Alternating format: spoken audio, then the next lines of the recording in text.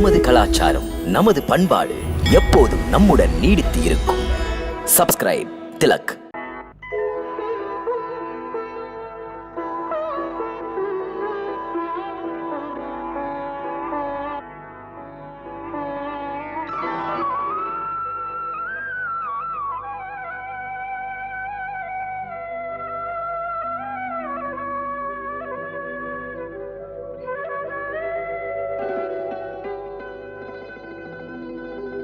சுவாமி, எழுந்திருங்கள்.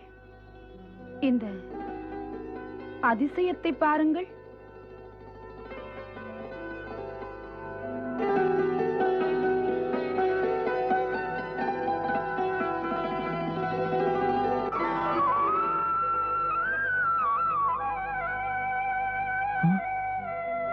சிறையிலே சிந்தி கிடக்கும் இந்த மலர்கள் எப்படி வந்தது? புரிந்தது. வரவேண்டும், வரவேண்டும் பிரபு, வரவேண்டும். ஏன்? யாருக்கு இந்த வணக்கம்? அநாத ரட்சகனை வரவேற்க வணங்கினேன் தேவி. அநாத ரட்சகரா? எங்கே இருக்கிறார்?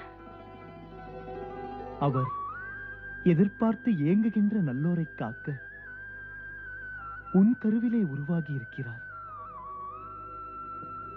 உன் வயிற்றின் மீது அந்த அந்த ஆழ்கடலின் வண்ணம் ஒரு ஜோதியாக தெரிகின்றதே, அது உன் 8வது கர்ப்பத்தின் தெய்வீக ஒளி.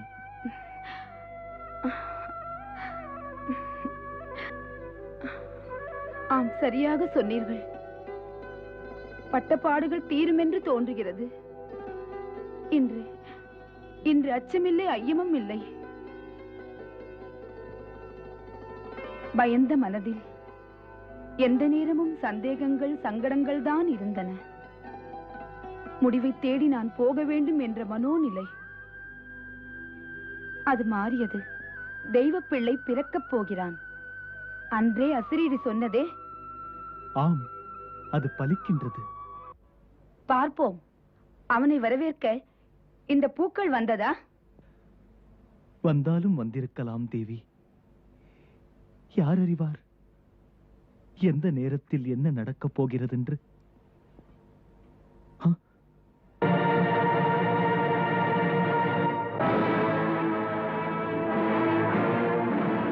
என்ன இது?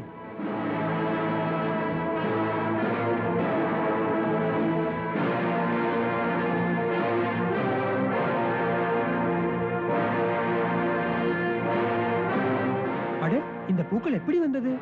எங்கிருந்து வந்தது? நானும் கேட்கிறேன், இது எப்படி வந்தது? நான் கேட்க வேண்டிய கேள்வியை நீங்கள் கேட்பதா?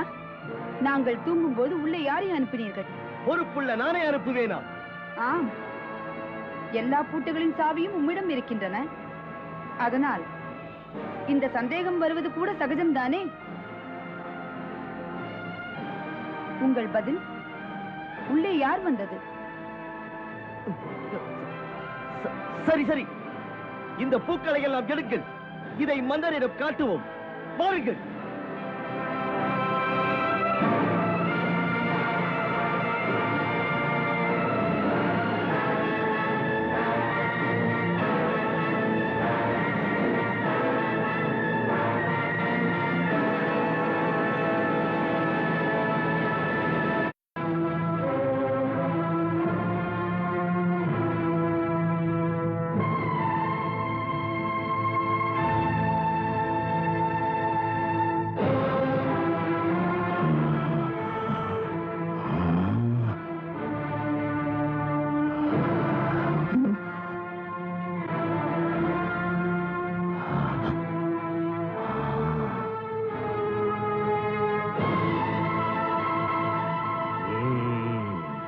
உண்மையை சொல்லுகிறாயா? இங்கே இருக்கிற இத்தனை பூக்களும் சிறை பூட்டுகளை உடைத்துக் கொண்டா வந்தது? யாரும் கொண்டு வரவில்லையா? இல்லை, எறும்பை கூட நான் உள்ளே அனுமதிப்பதில்லை. மீண்டும் போய் சொல்லுகிறாய். பூக்கள் இருந்ததென்றால் அதை கொண்டு வந்தவர்களும் அங்கே இருக்கத்தான் வேண்டும். என்னால் நம்ப முடியவில்லை. இந்த பூக்களின் கதைதான் என்ன? நம்ப முடியாதுதான். அப்படி நடந்து விட்டதே அரசே. இப்படி நடந்ததற்கு பொறுப்பேற்க வேண்டியவன் நீதான். காவலை உடைத்துக் கொண்டு செல்ல தர வேண்டியதை தந்து அவர்கள் செய்ய வேண்டியதை செய்து சென்றிருப்பார்கள். இல்லை மன்னவா, இல்லை. நமது நம்பிக்கைக்குரிய காவலர்களை கூட நான் சோதிக்காமல் இஷ்டப்படி நடக்க இடம் தந்ததில்லை.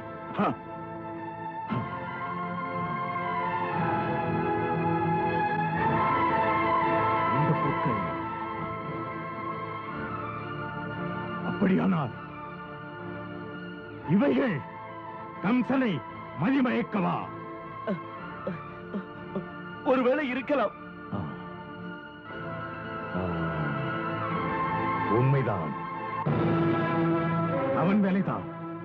இது 8வது கர்ப்பம். கண்டிப்பாக விஷ்ணு வருவான், கண்டிப்பாக.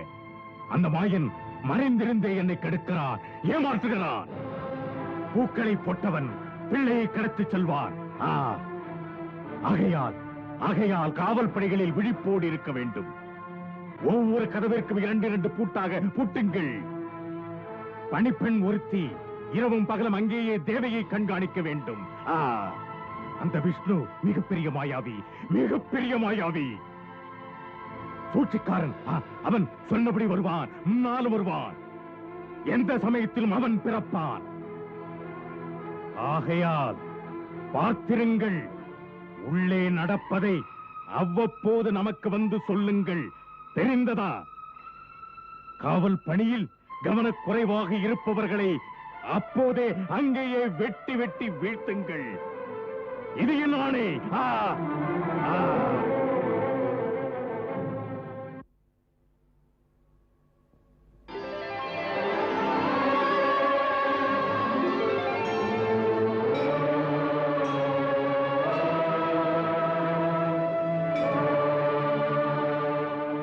சர்வேஸ்வரா, ஆணை என்ன? தேவி யோகமாயா, பூமியில் உன் விருப்பம் போல் நடக்கும் நேரம் நெருங்கிவிட்டது. விருப்பம் என்னுடையதா சுவாமி, இல்லை தம்முடைய விருப்பமா? இரண்டும் தான். நாம் இருவருமே பூமியில் அவதரித்தாக வேண்டும். நான் இப்போது என் அம்சங்களுடன் தேவகியின் பிள்ளையாக பிறப்பேன். அதுபோல் நீ நந்தரின் மனைவி யசோதாவின் வயிற்றில் பிறப்பாய். அந்த முறையில் விதியின்படி நாம் இருவருமே பூமியில் பிறவி எடுக்க வேண்டியிருக்கிறது. உறவு முறையில் பார்த்தால் உன்னை என் சகோதரி என்பார்கள். பாக்கியம் என்பது இதுதான் பிரபு.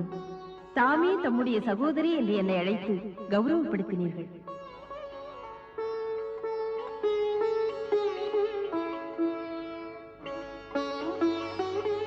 தேவி யோகமாயா, இப்படி நீ பூலோகம் சென்று அங்கு நிலைத்து விட்டாயானால் அன்றிலிருந்து அங்குள்ளோர்கள் வீதிதோறும் கோயில் அமைத்து உன்னை வணங்குவார்கள். பூமியில் பக்தர்கள் பல 100 பேர் சொல்லி உன்னை பூஜிப்பார்கள். மண்ணுலகத்து மக்கள் உன்னை துர்கா, பத்ரகாளி, நாராயணி, விஜயா, வைஷ்ணவி, சண்டிகா, ஈசானி,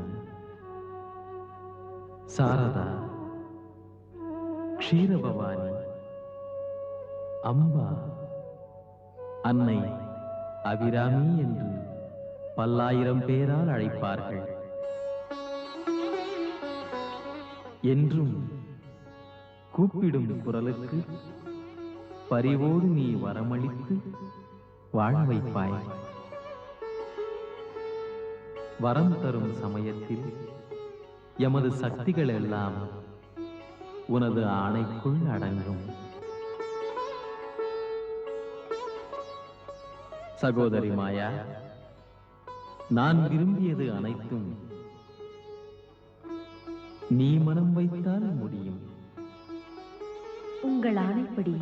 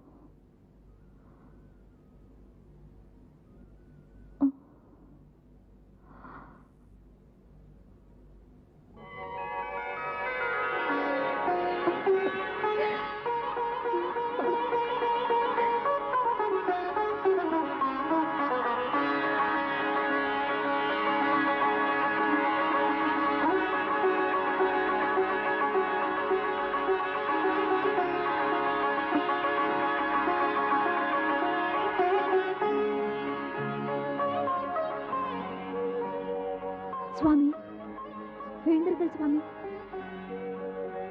என்ன தேவி? இன்னொரு அற்புதம் கண்டேன். என்ன? மறுபடியும் சொப்பனத்தில் தேவி மாதா என்ற தரிசனம் தந்தாள். தந்தாளா? இன்று மாதா என்ன சொன்னாள்? ஒன்றும் சொல்லவில்லை. பிறகு பிறகு மாதா அழகாக ஒரு சிறிய வடிவம் எடுத்து மெல்ல என் கர்ப்பத்தில் கலந்தாள். மாதா மாதா ஆசீர்வதித்து சென்று விட்டாள். சொப்னத்தில் தேவியை கண்டால் மிகவும் நல்லதென்பார்கள். யசோதா, உன்னை போல் நானும் ஒரு இன்பமான கனவு கண்டேன். என்ன அது? விந்தையான கனவு. சின்னஞ்சிறு பாலகன் ஒருவன் கையிலே புல்லாங்குழல் வைத்துக் கொண்டு நம் வீட்டு கதவை திறந்து நம் வீட்டுக்குள்ளே வந்தானா? அப்போது நீ எழுப்பி விட்டாய்.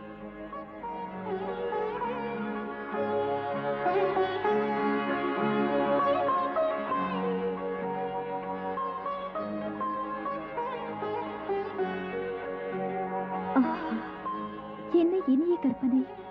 கற்பனை இல்லை யசோதா, நான் நினைக்கிறேன் இது நீ கண்ட சொப்பனத்தின் பலன். சின்னஞ்சிறு பாலன் கையில் புல்லாங்குழல். சின்னஞ்சிறு பாலன் கையில் புல்லாங்குழல். சின்னஞ்சிறு பாலன் கையில் புல்லாங்குழல்.